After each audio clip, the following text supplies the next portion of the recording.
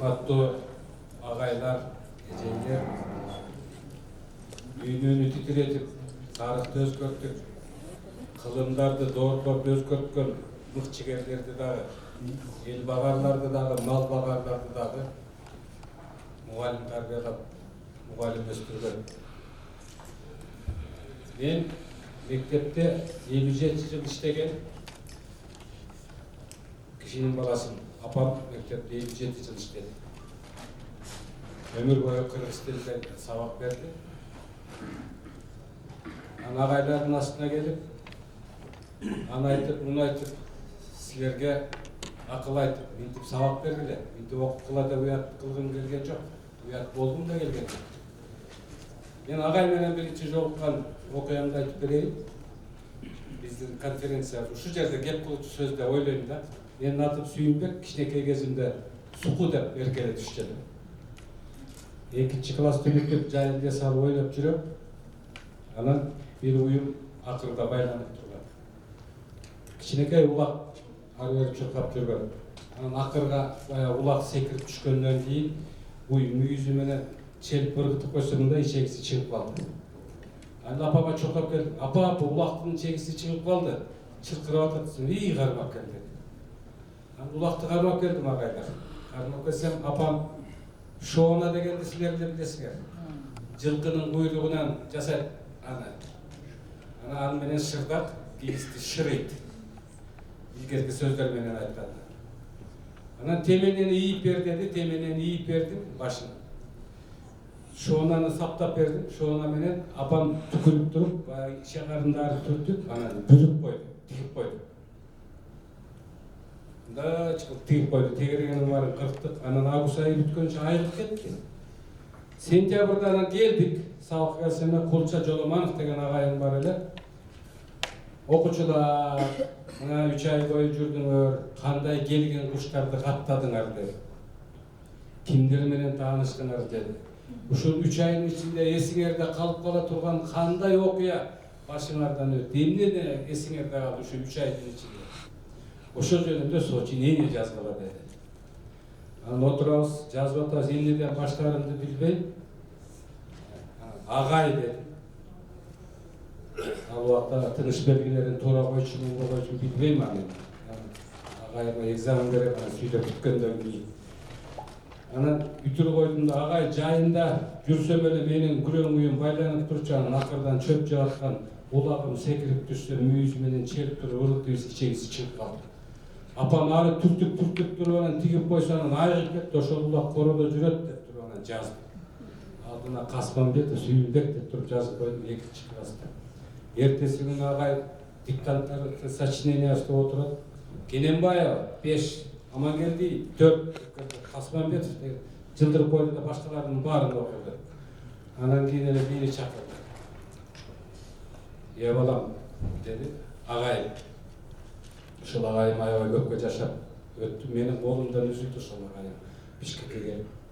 Анан балам, sen сочинение деп жазбай эле жобокту эле жазып койсоң болмок экен. Ичагарды чубалып калган улак кантип багып алып кетсин. Анан короомдо жүрөт деп жазганыңа таң калдым.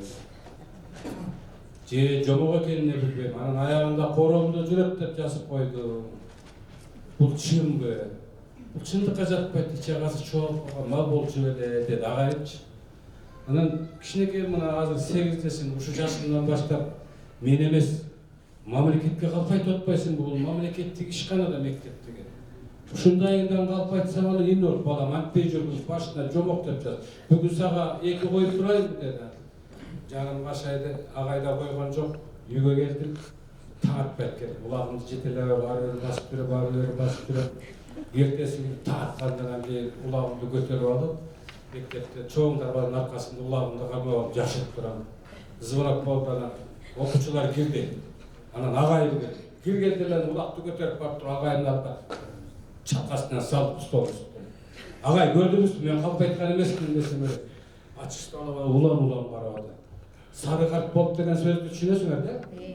Сары карт болуп бүтүп калганда уалан түшөт сары аркайып шоуна тигилип турат.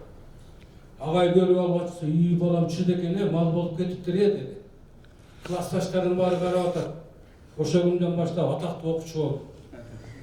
O uşul balanın ulağı tili kaldı, yani uşunday oldu der. Hani uyga kişi gelgen sayıda çulkap var bulağımdı götürüp benimde çalkasından sarılı aytıverdi. Buna gördüңөр mü? Mal olup ketti der. Agayım men oşonda ordunan öp, sadaka olayın, çekemen öp agayım. Şu ulağımdı jakşı kara dedi. Agayımın birinci tapşırması керек görse. Günde Monposiyanın sakar berip koyup, ulak janvar 12-13 yılda yaşaydı eкен da. Анан такай аркаман ээрчип алды. Футбол ойногону барсам ажерде аркаман улагын ээрчип жүрөт. Көлжекке барып көлгө түшсөм аркаман улагын ээрчип, кайда барсам ээрчип жүрөт. Кубаласам да кетпейт. Мен 7-8 класс келгенде тиги калжайган теке болду. Чоң сакал калжайып аркамда турат. Балдар баары шылдыңдайт. Уялам келип, куусам кетпейт. Көрбөй калсам кайра тепселеп издеп калам каяка кетти. Анан айылда орозо болуп калды. Апалар эки жака орозого кыдырып үйлөрдө кыдырып жөнөгөндө балдары ээрчишти экен. Балдары ээрчигенден мынтип урушчу экен. Менин атым Суку да. Эй өлүм көрөй, Сукунун текесинде болуп үйдө жатпайсыңар деп. Ошол бойдон айылга лакап атым болуп, лакап атым болуп калды да. Сукунун текесинде болуп үйдө жатпайсыңар деп балдары урушуп. Ошол айылдаштарым да эле менин айылымда. Ошол агайым мындан 12 жыл мурда кайтыш болду, 97 жашында. Ошол агайым окуп эле ата атка такка кактып, торпогум дегенди жаттатып, тоголок болдон ырларын жаттатып, акын жазуучулардын баары Кирей Гебалдын үйрөсүндө туулган, жөө басып келип адам билим алган Тузер мектебинен. Анан биринчи чыгармасын ушинтип жазганды. Көрсө, мына азыр айтып атышат. Мектептерде илим дин сабагын берелик, ыйман сабагын берелик деп арганды. Же бир кишини даярдаган жокпуз. Ошол убакта адабияттан берген агайыбыз, тарыхтан берген агайыбыз, географиядан берген агайыбыз, коом таануудан берген агайыбыз. Ошолор бизди тарбиялаш экен. Менделеевдин өмүр жашын окуган эмне деген? Биринчи алардын өмүр жашын окучубуз, анан кийин канча акын жазуучулардын өмүр жашын окучубуз да. Касымалы Байыновдун Ажар деген китебин окуп алып, баарыбыз тең жинди болуп кеткенбиз да. Кийин чоңойгондо гана түшүндүк да, акыркы ширекесин алтыкананы өрттөп жиберип, жак деп түшсө карышкандар качканда ок деп жан эсабында биз дагы ошентип эсабы.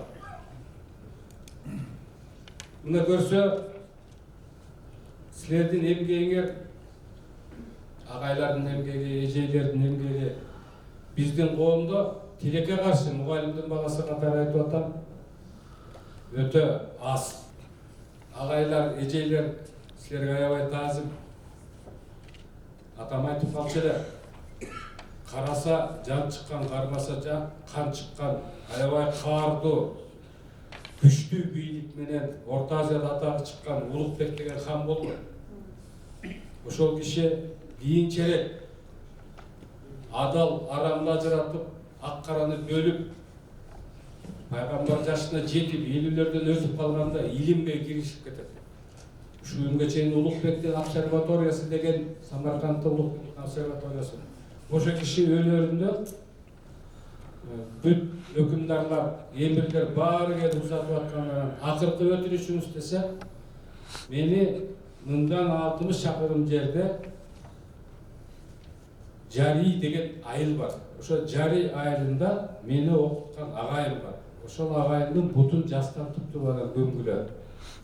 Менин ушул өтүнүшүмдү аткарбай койбогула, үстүмө минареттерди, мунараларды салбагыла, агайымдын бутун жастан туптуруп койгула деп ошондой керезин жазган экен. Ана киши чындап эле ошол агайымдын бутун жастанып, о дүйнөгө кеткен экен да. Ошол мен ушинтип ушул конференцияда ушундай жөнөкөй сөздү айткым келди. Азыр улуттук баалуулуктарды күчөтөбүз деп 5 киши чогулган жерге барса дагы 5000 киши чогулган, 500 киши чогулган жерге да барып айтып эле какшап атат. Боз үйүбүздү айталык, уялбайлык. Каада салттыбызды айталык, наркыбызды айталык, кайталай берет. Уялбайлык. 5 kişi укса экөөнүн кулагына кирип калат. Бирөөсү бала чакасына айтат. Кыргызда төшөк бар. Сырдаттын үстүнө салган төшөктү жер төшөк деп коет. Анын үстүнө жан төшөктү салат. Ага шейше урулат. Кереге төшөк дейт, ага жөнөнүп отурат. Bir жагына коо байлап туруп, кереге байлап коет, анан кереге төшөк деп коет. Анан дөң төшөк дейт. Теринин тетисинен алды жагына тигип, үстүнө кадимкидей көрпөчө кылып туруп дөңгө салышат. А жерде аксакалдар чогулуп алып, быйыл каяка көчөбүз, малды каяка жаябыз, муну эмне кылабыз деп чогулушкан дөң төшөктө. Төшөктүн эле 9 түрү бар. Боз ийди айтсак түгөнбөйт. Боз ийдин 122 аты бар.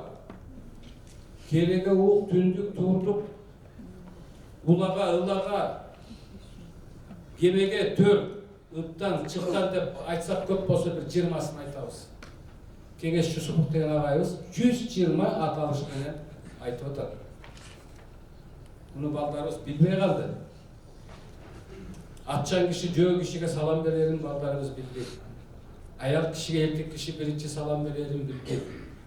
Улуу киши менен кичүү барса кичүү киши салам берерин билбейт. Кичүү киши улуу киши колун сунбайынча колун сунбай турганын балдар билбейт. Азыр жөөлөп эле баары кол алышып чекеси менен сүзүшүп салам берип калдык. Ушундай бир адат чыкты. Аттан ар жагыңды кара, камчынын ар жагына көз сал десе, аны азыркы балдар түшүнбөйт. Сол бут менен аттанып, оң кол менен камчыланар. Ошону илгерки кыргыздар ушинтип койгон.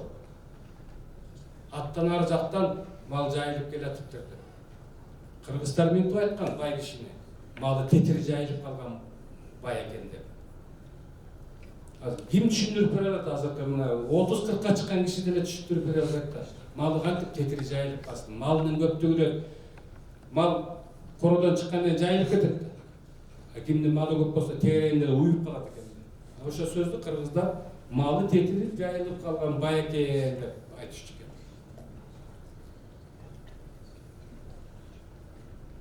Келин менен кайнаганын мамилесин, келин менен кайнаканын мамилесин, кайны менен мамилесин, кыздын агалары, сиңдилери менен болгон мамилелердин баары жазылып бүткөн экен. Кыргызда бекерден сөз чыкпайт экен. Келегем сага айтам, келиним Седовда. Эч качан кыргыздын кайната сөзүнүн келине тике карап алып, чай алып кел дегендей деп айтып эмес экен. Каймана сүйлөчү экен, колмай сүйлөчү экен, келеге тарапты карап сүйлөчү экен, акыл эстүү келин өзү билип, баарын туюндуруп чечип алчу экен. Божий боюнча канча философиялык трактаттар ошол агайларыбыз окуп келет. Келеген кең болсун,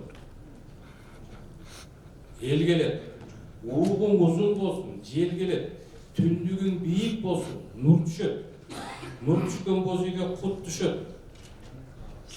Ошол убакта деп агайларыбыз айтчу, улак чокап кетсе, путу сүттө алынбаган кыргыздын сүттөрүнүн каймагы ушундай болчу деп. Азыр элге ушинтип сүйлөсөң түшүнбөйт. Улак чокап кетсе, туя сүткө малынча эмес экен. Каймактын калыңдыгынан. Ошону ушинтип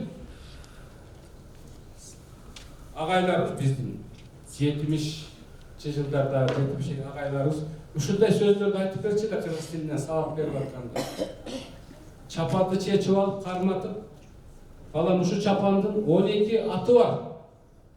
Ушуну билип алгыла, жең жакасы деп эле кое бербе. Чапандын жакасы, чапандын жеңи, чапандын ыптасы, капталы, өңүрү, этеги, топчулугу, бүчүлүгү, шалгайы, айкарасы деп турган чапанды көргөзүп алып санап берчи эле. Сизге бир секция берет окшойбуз, убактыңыз болсо калсаңыз аябай биз убакыт берет элек, азыр регламенттен чыгып кетти. Кое туруңуз. 2 мүнөт калды. Чоңундай. Анан ошентип адабияттан сабак берген агай түшүндүрүп атат. Чапандын шалгайы деп бул жеңдин ортосунда аралыкты шалгай деп айтат. Айкарасынан жаңылып мана суктап атыптыр дегенде бир этектен экинчи этекке чейинки аралыкты чапандын айкарасы деп айтат. Мына ушундай сабак берген агайларыбыз азайып кетти. Ушундай салттуулуктарды, нактуулуктарды, адатты, үрдүн баарын бөлүп жарып, жиликтеп айтып берген агайларыбыз азайып, улгайып, мынтип мына Орозал агайда силерге өзүнүн эмгегин жарыялап, элге жайылтайын деп отурат. Агай таазим, басқан ізіңіз төпсек та қаздық қылады.